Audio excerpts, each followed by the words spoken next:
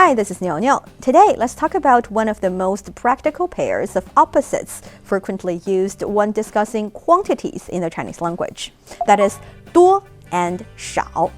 These two words could be used as adjectives, meaning many or few. For example, 我的朋友多, I have many friends. 街上人很少, there are few people in the street. They can also be used as adverbs, meaning more or less. For example, 我们要多沟通，少争执. We should communicate more and argue less.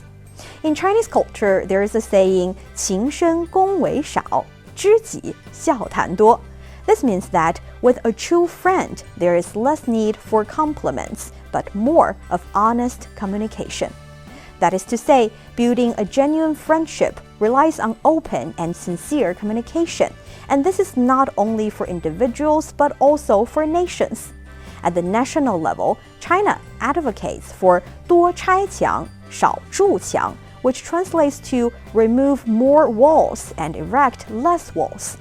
These walls represent barriers or divisions that exist between people or ideas.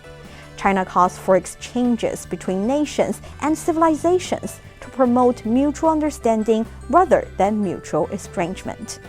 把对话当作黄金法则用起来，大家一起做有来有往的邻居。We should take dialogue as the golden rule and be good neighbors with each other. So 多 and 少 can mean many and few, or more and less.